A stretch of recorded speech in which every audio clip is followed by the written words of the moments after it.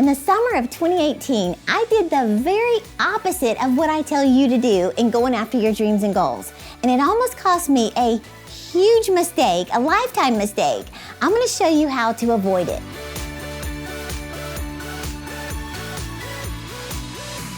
Hey, I'm Terri Savelle, your cheerleader of dreams. Not too long ago, my husband Rodney and I were out looking for land to build our dream home.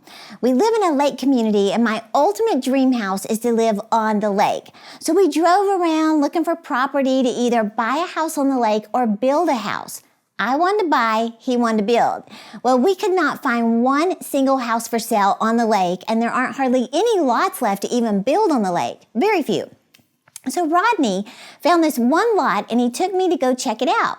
Well, I can't complain. It was gorgeous. It's lakefront property, sort of on a tiny hill or an incline. And I remember pulling up to it, and the neighborhood is adorable. I mean, there's very few houses on this little street. It's so cute. I guess you would call it quaint. Well, when I looked at the lot, I was thinking, it's different than what I would have pictured. It's just sort of like open land, no trees like at all, really no privacy. It's in between houses, just kind of out there. But it's amazing. Like I said, you can't complain. It's beautiful. Well, we even drove his truck up on the land, and we just sat there looking out at the water, just imagining our dream home, visualizing living there forever, because this is going to be our final home. We even joined hands and prayed and asked God for wisdom and for favor on this land if it's for us, and we made an offer. Suddenly, we got a phone call that they accepted the offer. We didn't have papers drawn or anything, but we were squealing about this. They accepted the offer. I was squealing. Rodney doesn't squeal. But we were so excited. Now, keep in mind, I haven't been real keen on building because it's just so much work.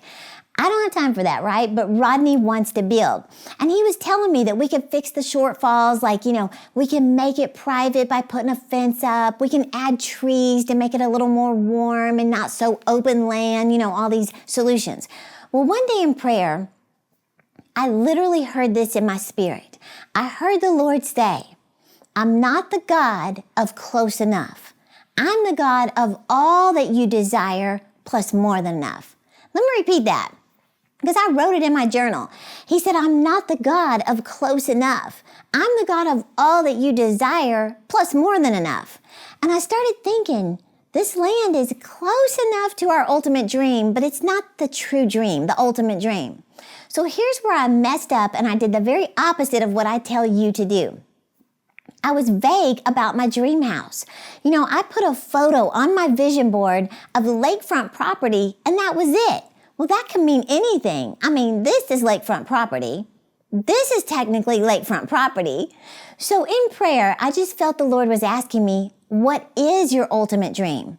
You say this isn't the ultimate dream, then what is the dream? So I started writing it down like I've always pictured.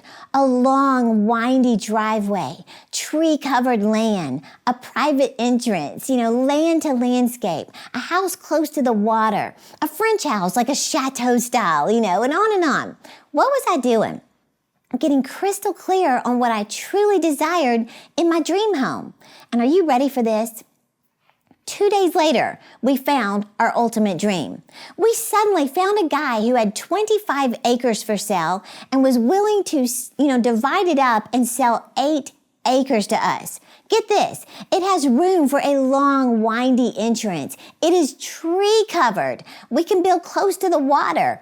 And brace yourself. You ready for this?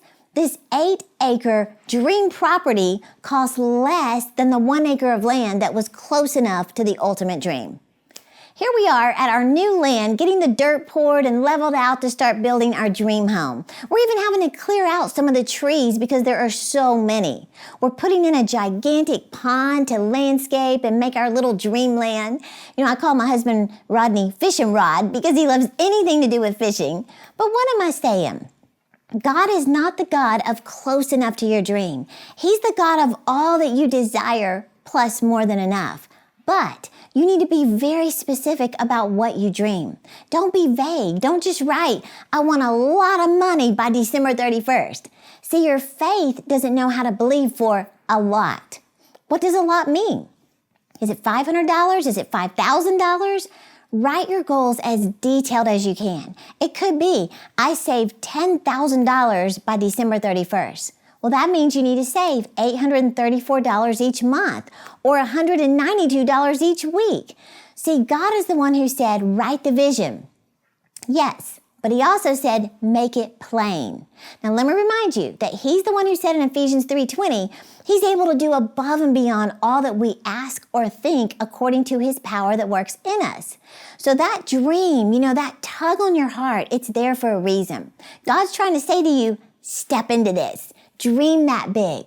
Get crystal clear on what you truly desire. Let me just tell you, it does not intimidate God.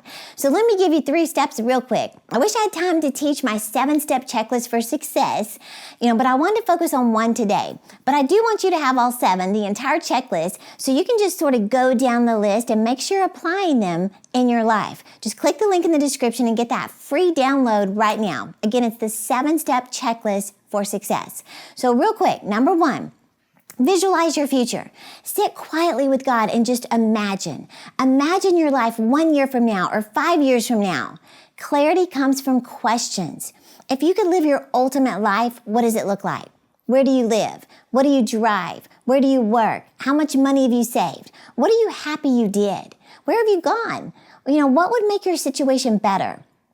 Or even what needs to change in your life? What does your body look like? You have to see the end from the beginning. Number 2, write it down. We've talked about that. Make it very plain. And number 3, keep it before your eyes. Make a vision board. Why is it so important to keep it in front of your eyes?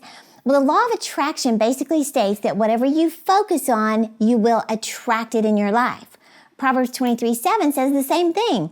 Whatever a man thinks in his heart, so shall he become. So what you think about, you bring about. Bottom line, we move towards what we consistently see. So again, I wasn't able to give you my entire 7-step checklist for success. I did give you point number 4, get crystal clear on what you want. Now, I want you to have all 7, so just click the link in the description and get that free download right now. And remember, dream as big as you can, and God will go beyond that. And I'm cheering you on to live your dreams. Hey YouTube, don't forget to subscribe to my channel. And for more inspirational content, click one of the 2 videos right there. And remember, I'm cheering you on to live your dreams.